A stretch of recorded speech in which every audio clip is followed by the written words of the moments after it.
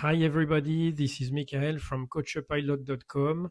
I'm going to present a video about aircraft performance today. So if you are preparing for your ATPL and you feel confused about these subjects, especially when we talk about thrust and drag, the two concepts that we are using a lot in aircraft performance, this video is for you. You will see in the next few minutes a question talking about the climbing performance of a turbojet, and I will explain you the concepts of thrust and drag and how we can use it to determine the climbing performance of an aircraft. So if you need help in preparing your ATPL, don't hesitate to contact me. I leave my WhatsApp number and the website on the slide here, coachapilot.com, because I can help you get your ATPL prepared. So we have a question that says, regarding the thrust required and thrust available for a jet engine aircraft, which of the following statements is true? And the correct answer is, during the climb, the maximum angle is achieved when flying with the minimum thrust required. So we have several options, and in each of the rest of the options, there is an error. So let's consider an aircraft that is climbing with a climb angle that is called gamma. So here we have the weight that we can separate into weight cosine gamma, this being gamma, and weight sine gamma. And we have obviously the thrust forwards and the drag backwards. And eventually we have a formula that is thrust that has to balance the drag and the component of weight that is weight sine gamma. So if we reorganize the formula, we got thrust minus drag divided by weight equals sine gamma. Is the basic formula of calculating the climb gradient or the angle of climb. And if the thrust minus drag is maximum, we have gamma that is maximum.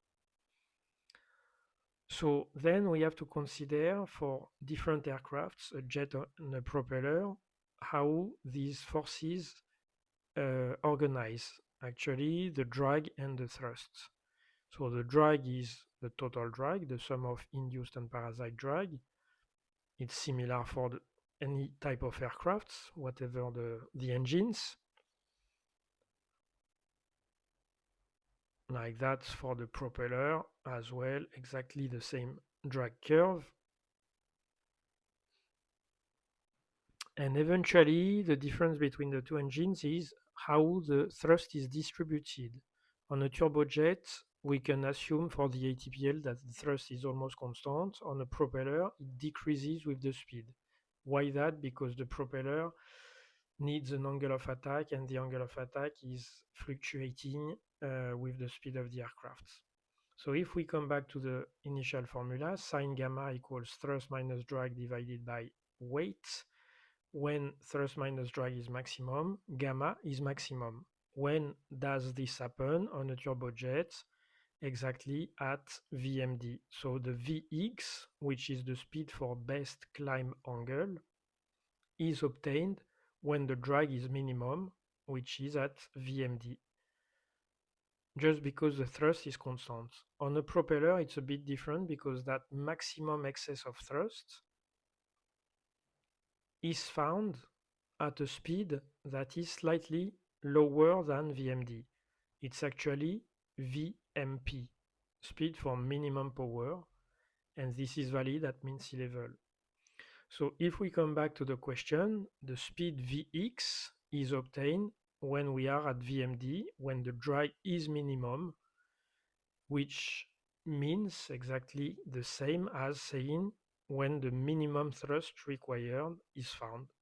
So if we come back to the answer, during the climb, the maximum angle is achieved when flying with the minimum thrust that is required.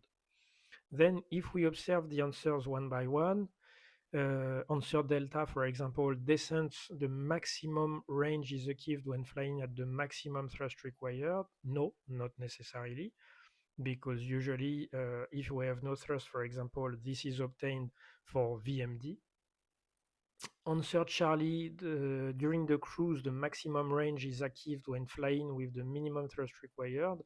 No, because for a turbojet, the maxi range is 132 VMD, so not VMD. And Bravo, during the cruise, the maximum speed is only limited by the thrust available. No, because it's limited also by the drag that is produced.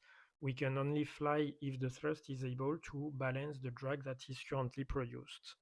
So answer Bravo is also incorrect because it's lacking information. All right. Now you understand how the thrust and the drag interact and how we can use these concepts in order to determine aircraft performance, particularly in the climb. Remember, understanding is one thing, and applying it fast in the exam is what actually matters. If you want to train properly and pass your ATPL with confidence, check my website coachapilot.com because I have developed a full coaching program for students and pilots who experience difficulties in their ATPL. Thank you for watching. See you in the next video.